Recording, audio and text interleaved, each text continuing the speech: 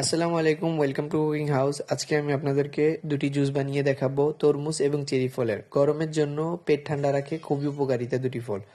প্রথমে আমরা ইসবগুলের ভুসি এবং তোপমাইগুলোকে একটা কাপে পানিতে ভিজিয়ে রাখবো। অল্প কতক্ষণ ভিজিয়ে রাখার পরে চেরি ফলের বিচিগুলোকে আলাদা করে ফেলবো। আর এক টুকরো তরমুজ নিয়ে ওটাকে পিস পিস করে একটা আলাদা আলাদা প্লেটে নিব, কারণ এগুলো আমরা ব্লেন্ডার করতে যাচ্ছি। তারপর এখন ব্লেন্ডার করছি, এখন তরমুজগুলো ব্লেন্ডার করে একটা কাপে নিয়ে রাখবো। আবার চেরি ফলগুলো ব্লেন্ডার করে নিব, এগুলো আবার আলাদা কাপে রাখবো।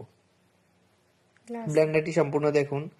এই যে দেখতে পাচ্ছেন আমাদের তরমুজগুলো হয়ে গেছিল। তারপরে আমরা এই যে এখন চেরি ফল যেগুলো ব্লেন্ডার করেছি ওগুলো একটা কাপে নিচ্ছি। তারপরে আমরা একটু গুঁড়ো দুধ মিক্স করে নিয়েছিলাম। তারপরে হালকা একটু ঠান্ডা পানি মিক্স করে দিচ্ছি যাতে একটু জুসটা পাতলা হয়। আর লাস্টে আমরা একটু মধু মিক্স করে দিচ্ছি। তারপরে এই যে দেখতে পাচ্ছেন আমি চিনি মিক্স করে দিচ্ছি।